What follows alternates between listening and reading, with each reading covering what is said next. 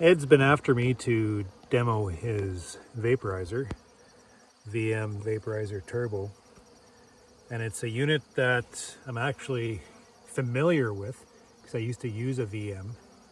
Quit using it because it was a bit cumbersome. Carrying around the hose and a cord and air compressor and a generator. I mean, I guess it's not that big of a deal, but you know, just a little bit cumbersome. So he figured he'd send me this unit to just try out to see if I appreciated the user friendliness of his new upgrade, his VM Vaporizer Turbo. So I played around with it a little bit last night just to get a feel for the unit. And it is, you know, as simple as can be. Basic. Quite impressed with the simplicity and the ability to actually, like the old unit, the VM, the one with the hitch onto the air compressor, I always figured it was either cooking it too much or not enough. And it was always spitting and sputtering and just very cumbersome. But this one, I was able to kind of dial in to where I was getting the exact amount of burn off during a certain duration as I wanted, and that's just by controlling the heat. Now, he'd mentioned to me a number of times that it needs to be propane. It doesn't burn off as hot, right? So this is very important. It's got to be propane. And when adjusting the heat, like he suggests to turn it on 2 full turns, put some product in, get it burned, and then adjust it down to the temperature you want. And I think on the video he said a 1/4 turn, so I tried that, but it was just the burn plate in here where the torches are burning against to heat the product or heat the chamber. It was getting too hot, red hot in fact at that. So I was putting my product in and I'd take the product out, vaporize it within 10 seconds. And there wasn't a lot of color to some of it too. So I figured, well, that's way too hot. So what I did was I turned this down 3/4 turn. And when I dropped my product in, it took just a little bit. I kind of eased it in with the air, and my burn cycle was around that 20 seconds. Lots of fog. Makes me feel happy when I see lots of fog. So I think that is the proper temperature. That's what I'm going to be managing this unit at, is that once I get it heated up, turn it down 3/4 turn and just watch to see how it burns off and adjust it depending how quickly I'm going, how quickly I'm dropping the product in. But that's basically what I'm going to do with this. The only problem is a DeWalt, and I have Milwaukee everything, but my brother has ordered me an adapter for the battery, which hasn't come in yet, so I'm just stealing his battery right now. So that gets put in. The adjustment of the airflow is basically on this little switch here, and he says the airflow has to be enough that it'll hold this little flap closed, and that's important. I love that little flap, just playing with it yesterday.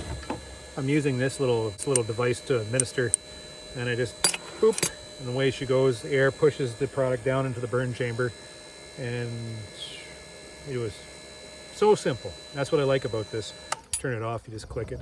To adjust that, to adjust it, I guess you just bend this thing until you get the appropriate airspeed. So that is that. Sometimes I just give it a little blast like that to push more product down. And the important thing I did, and what he had also mentioned, is before you turn off the unit after the yard, to use the cleaning rod and for all the residue down the pipe here, open it up and you just push the residue down like this, down into the burn chamber. Make sure everything's burnt out. and that cleans out the unit. Same on this side, just make sure there's no clogs or anything. So this apparently is only to be used during clean out. Do not try to fit it into this little hole here, and do not try to, he says beekeepers they'll sometimes do, stick a wire down into here and have the, fish it as they go. Trying to get more product down because it gets built up in here. Don't do that, he says, because it wrecks the little flap and then you don't get the proper seal, and the problem compounds itself as you're trying to put product in and you're not getting the airflow to push the product down into the burn chamber, and then you get the residue build up and it doesn't work. So he said, try to use the device as it was designed. Adjust the heat so it burns for the duration that you're looking for. If you're going through the yard fast, have it a bit hotter because you'll be putting more product in. Keep the chamber cooler. Boom, boom, boom, boom. But make sure that this chamber doesn't overheat. It gets damaged and it costs $500 to replace this whole heat chamber. So adjust the temperature to be able to get the burn duration that you're looking for. For me, it's going to be about 25 seconds or so, and there is no coloration on that burn plate at all, so that should be good. And to make sure to clean it out at the end of the yard the proper way, like that. Burn out all the residue before the device gets turned off. So that is my plan. I'm going to get a start on this oxalic acid, drop those varroa mites. I'm going to start in this yard because I can get to it, and we'll see how this device works. The beautiful thing about this device is its simplicity. It hasn't been preheated. We're going to start that now. So 1, 2, that's 2 turns of the tank. Poof.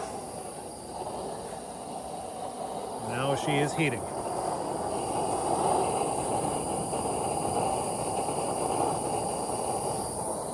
Okay, it won't take long to be able to get up to temperature here. So what I'm going to do first off, put a full dose in.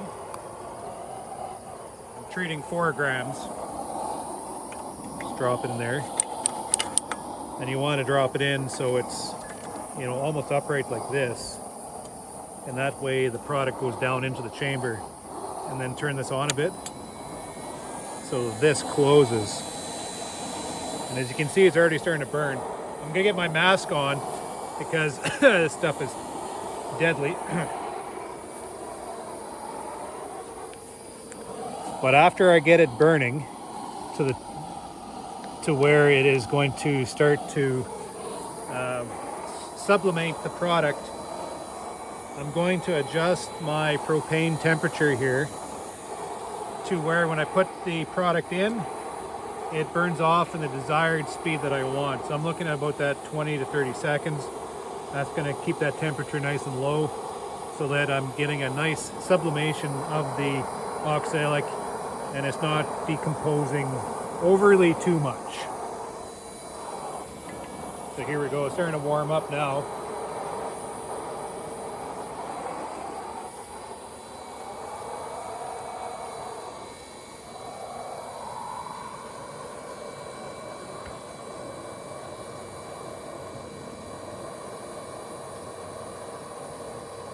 Oh yeah, now it's starting to cook.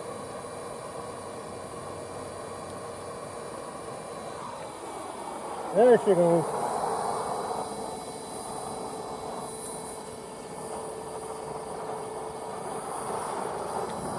So we'll just let that burn right off.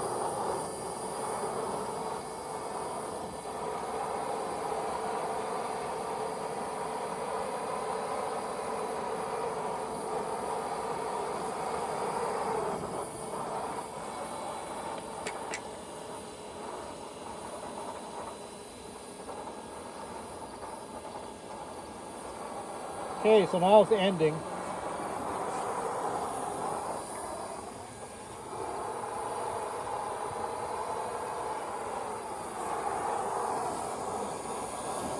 I'm going to turn down the temperature.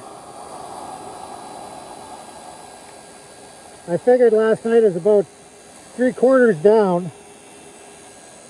But I'm going to see if that burn is adequate.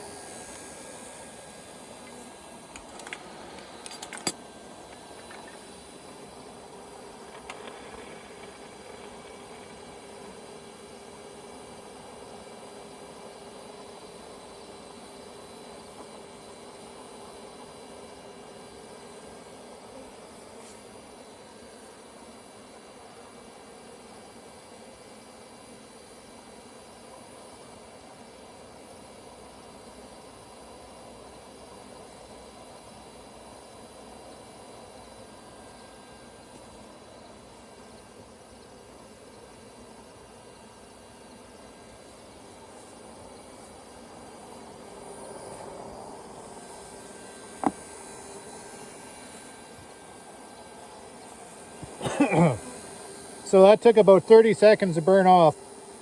So I think that is right on the money. So I'm going to go with that. I'm going to give each one of these colonies 4 grams and see how we make out.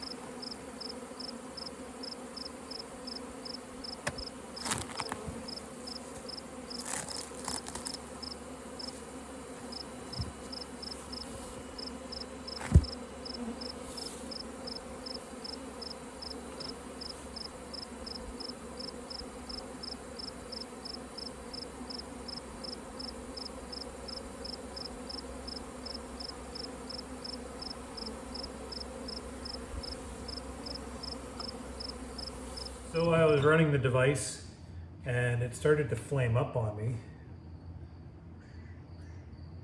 you know, and the burn was a lot longer than I would like.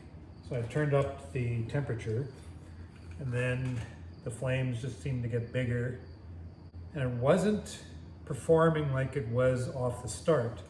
And I was thinking to myself, well, what the heck's going on? So I did what anybody else would have done at that time and just kept going. Turned up the propane a little bit and it was just a little bit laggy, starting to get slower. So finally I turned off the device and stuck the cleaning rod in here, and there's a big chunk of oxalic acid come down the pipe. There's kind of some residue. Something's not right. So I brought this unit back. I finished up with my other units, But I brought this unit back, and I remembered Ed saying something about these tips. They need to be cleaned after every yard or after an hour, whatever use, because the oxalic acid residue, as it sublimates, the little fine dust floats back and builds up within these mixers. So of course I didn't bring a cleaning kit with me, so I just finished up with the other units. So I'm going to take a look here to see if that's indeed the issue. Shit. Okay. So we have a little gasket inside here with the screen. That's clear.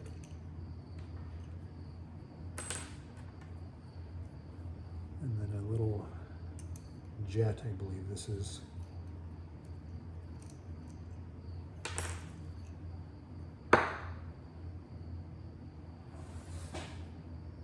Which is clogged.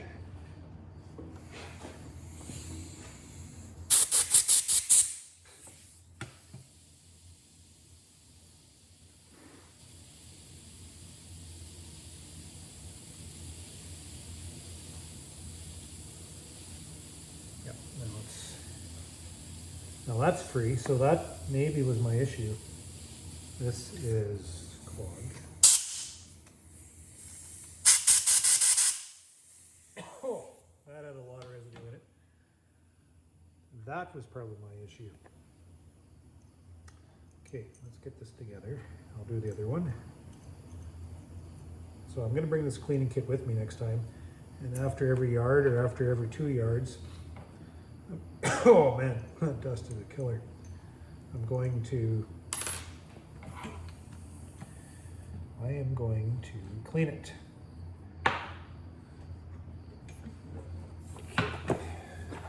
So now we're going to take the other one off.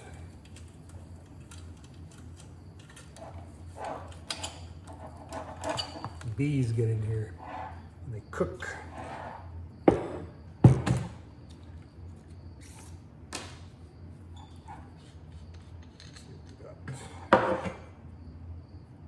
Screen's fine. Take this little jet out. And that is plugged, I do believe. I cannot see through it.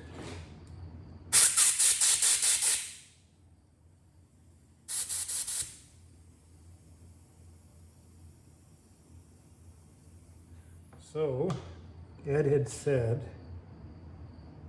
one of these is a wire brush. One of these bristles should be able to fit into that little wee hole.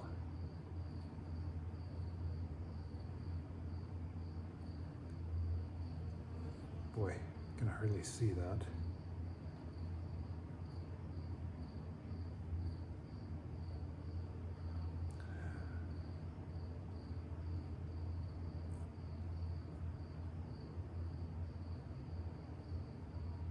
I have to get my daughter to do this for me. There we go.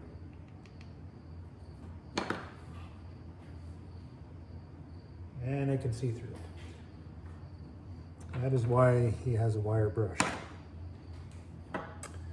And that is full of residue.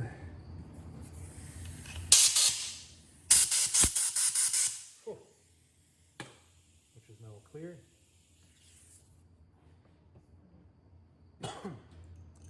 Almost need a mask in here, gee whiz. So we'll put this back together and then let's see if it'll burn properly.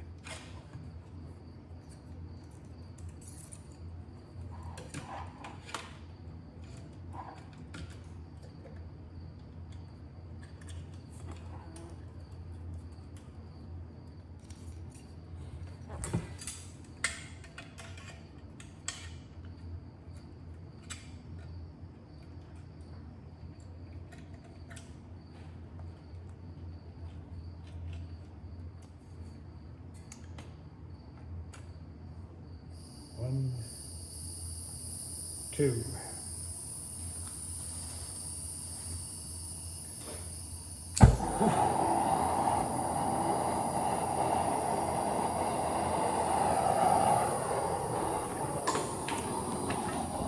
Yeah, that solved the problem. That was my issue. I just had clogged jets. So now that's way too hot. And turn this down to where I had it.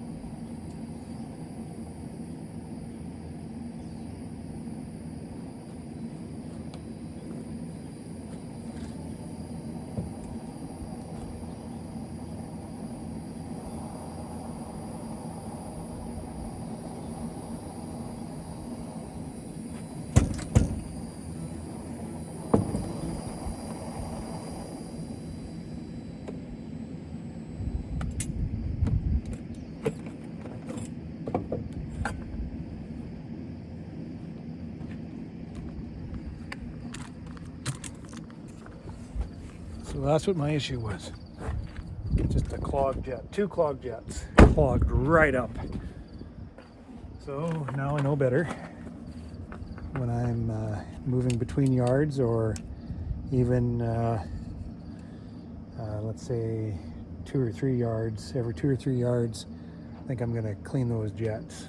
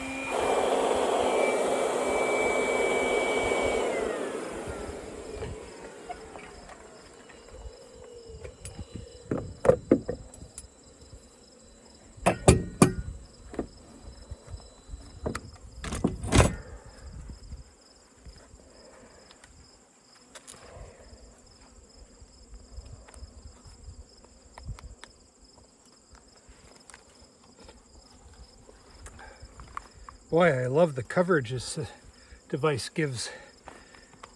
The consistency, the application might be one way or the other. Giving 4 grams, I think I'm getting around that 2.5 to 4 per colony. Oh, gee whiz.